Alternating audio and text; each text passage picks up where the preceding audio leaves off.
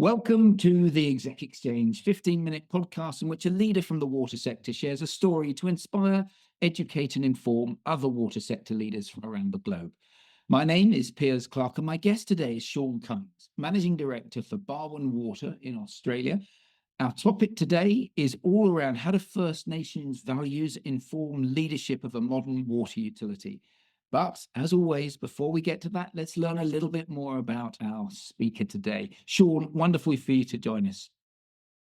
Hello, everyone, and thanks for having me on, Piers. Great. Let's get into your background. Tell me, how did you get into the role that you're into today?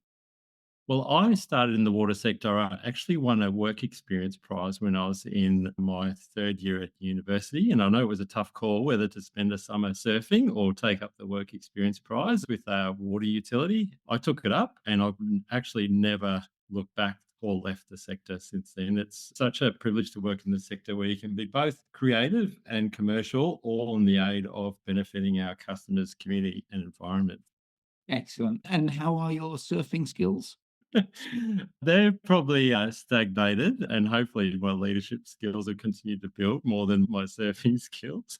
But yeah, I mean, in the water sector, I've gone from being deeply into biology and chemistry of water treatment processes to then the opportunity to build those water treatment plants, to then get the opportunity to think about what are the commercial deals that really support those commercial plants, and then in my latest evolution, really understanding how it's people, culture, economic impact that really bring those to life. Excellent. Well, we're going to come to all of those values in a second, but before we do, let's now talk about Barwon Water.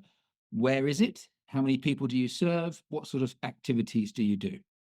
Yeah, so Barwon Water provides water, wastewater, and recycled water services to about 370,000 people over an 8,000 square kilometre area, about an hour south of Melbourne in Victoria on the southern part of Australia. It's a beautiful spot in the world in terms of we've got the Great Ocean Road, we've got the Otway Rainforest, and we've got the Bellarine Peninsula. So what we find, because it is such a beautiful spot over summer, our population more than doubles. You're a holiday destination, not just for Australians, but for also foreigners, or is it mostly an Australian destination? Yeah, Australians and foreigners. There's three key reasons that foreigners visit Australia: the rock, the road, and the reef, the three R's. I love it. I hadn't heard that phrase before. Now, this is an audio podcast, so listeners won't be able to see you, but I'm looking at Shaun and he's wearing this very vividly coloured shirt. It looks absolutely spectacular. It's very dynamic. And it links to the topic we're going to be talking about today, which is how First Nations values inform modern day leadership. Shaun, explain the shirt that you're wearing. Yeah, this shirt was designed by one of our staff members, Hugh Brown, and what it represents is the waterways that flow through our region. And it really reminds us as we work at Barwon Water that the water that our customers and community really depend on flows off Wadawurrung, Eastern Mar and Wurundjeri country. And we continue to pay our respects to their elders, past, present, and emerging. In particular, when we do that, we really reflect on the knowledge and wisdom that traditional custodians have around managing water as a responsibility, not a right. And also the understanding that if our waterways are healthy, so are we, and taking care of waterways in that perspective as well. So you can see the shirt represents very vibrant, lively, healthy waterways and people as a result. We need to find a way of getting that picture on shared with this podcast. Now, anyone who's ever been to a conference in Australia will note and recognize some of the language you just used, in that it is almost every presentation that's given, every meeting that I've attended starts with someone acknowledging and thanking the ancestors who owned the land. It's an incredibly respectful way of acknowledging the heritage. And I think where we're going to go today is that there's more than just acknowledging that heritage, there's actually building upon it. So take me through why this is important to you and some of the case studies, maybe, of how you've taken that learning into your day-to-day management practices. It is about respect, but it's also a moment of mindfulness where you actually connect with the country that you are working on or making decisions with, or the relationships of the people that you are working with as well. But in terms of our region that I've just described, it also faces significant challenges in terms of growth, climate change, and equity divide. So we are the fastest growing region in Australia, and we also are facing a drying climate where the inflows through our reservoirs have halved over the last 20 years and are forecast to halve again. And within that declining water inflows, we're seeing extremes like we've never seen before. Literally 2 years ago, we were dealing with floods. This year, we're dealing with record dry conditions. And then within that, we've got a population, we've got the most disadvantaged suburb in the state and the most affluent suburb in the state. That's what you mean when you say the equity divide. Yeah, we've gone on a journey as a business in embedding First Nations values in the way we do business. So anyone who joins Barwon Water has the opportunity to undertake cultural awareness training and understand some of the principles that we'll be talking to today. Our executive leadership team have done a Leading Through a Cultural Lens program where we've really had the opportunity to explore First Nations values and what they mean for modern leadership. We refer to our caring for country principles as we develop business cases. And look, that's seen a number of initiatives, which I'll share today, but it's also supported us developing really deep partnerships with the traditional custodians in our region and forming a journey of ongoing learning, listening and learning. I love the fact that this is deliberate. This is something you have deliberately, consciously chosen to say, this is how we're going to differentiate how we do things in Barwon Water to how other organisations might do things. We are acknowledging what the First Nations principles and values are and how those are going to shape our business. Now, let's talk a bit about some of the case studies. The first one I'll share relates to cultural flows. So 97% of our customers want us to enhance waterways and catchments through collaboration and partnerships. And for a very long time, we've been releasing environmental flows and investing in waterway rehabilitation. But over the last 2 summers, we've partnered with Wadawurrung Traditional Custodians on returning environmental flows to the Murrible River, which is one of the most flow-stressed rivers in our region, and using Wadawurrung knowledge based on a real sort of place-based and totemic species-based knowledge as to where flows best go, when flows best go there, and how much flows. And with that knowledge, we've diverted 50 million litres over the 2 summers. It's 0.1% of the annual water consumption of the region that we serve to an area that once was a wetland. And that has just transformed that space from deathly silence to not being able to hear yourself think due to birds, frogs, insects. And we've done the sums.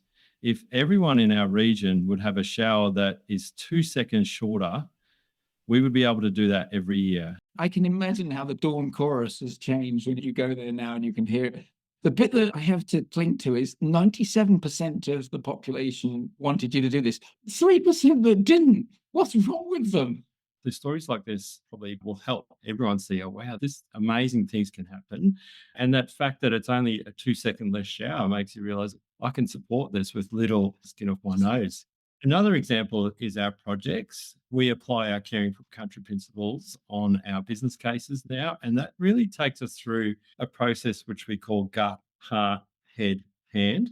And so that's about spending time and letting your gut feel what's going on country, spending time building relationships with people that understand country, and that's your heart piece, then thinking through the design through your head, and then going to the delivery through your hands. What we find is traditionally we would do head-hand and then find out that, gosh, we really should have listened to our gut and connected with our heart. With that, our designers and delivery team members spending time on country, they get to understand what is the geotechnical environment on the country, how do our best assets best interact with country.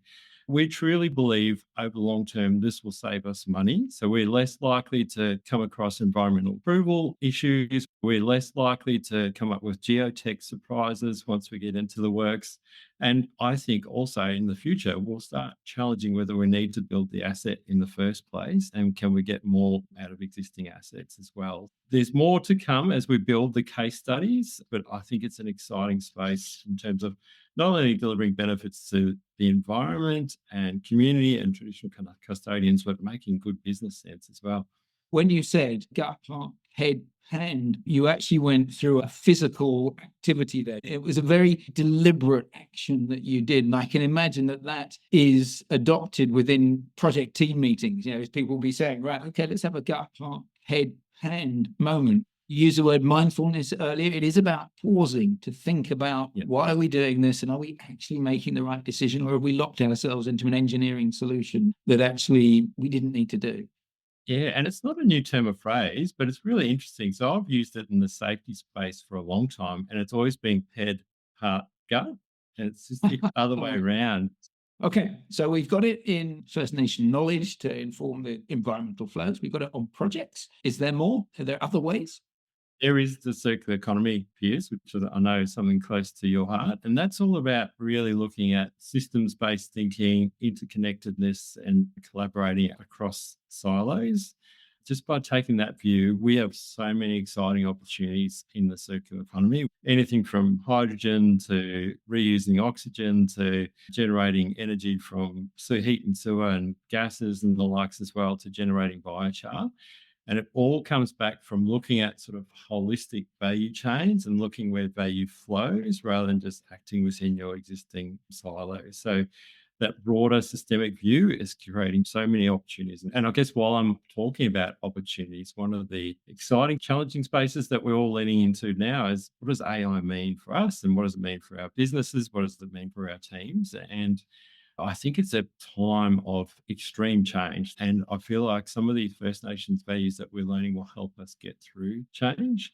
We've learned about the fact that we all have three fires. We've got a spiritual fire, a practical fire, and a physical fire. And it's that practical and physical fire, the tools that we can use and the business environment we work on, it's changing all the time. And it's our spiritual fires where we remain connected, we remain grounded, and will help us navigate that change all the way through. Spiritual fire means different things to a whole lot of different people. For me, it's about going out for a run and connecting with country, being immersing myself in nature. It can be different things for all different people, but it's your kind of source of grounding through all of this change.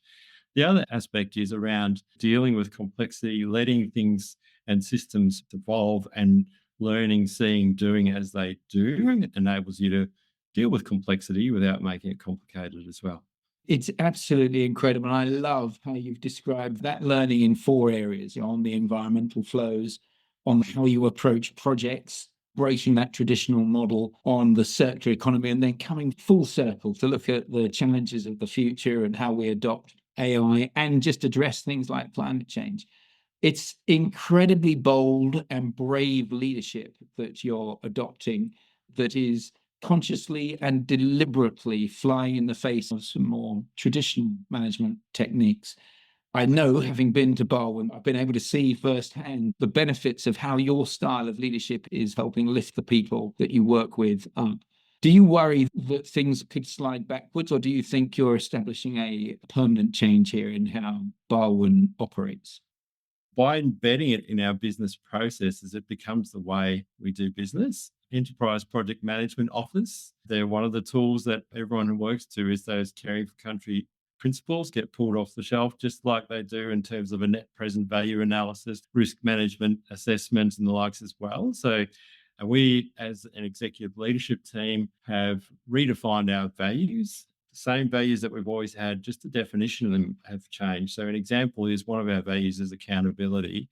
We now understand that accountability not only refers to the targets of today, but accountability to our children's children in terms of the decisions we're making, the plans we put in place. So, it can be part of your everyday business processes. And I think the onus is on us to show that it actually makes really good business sense.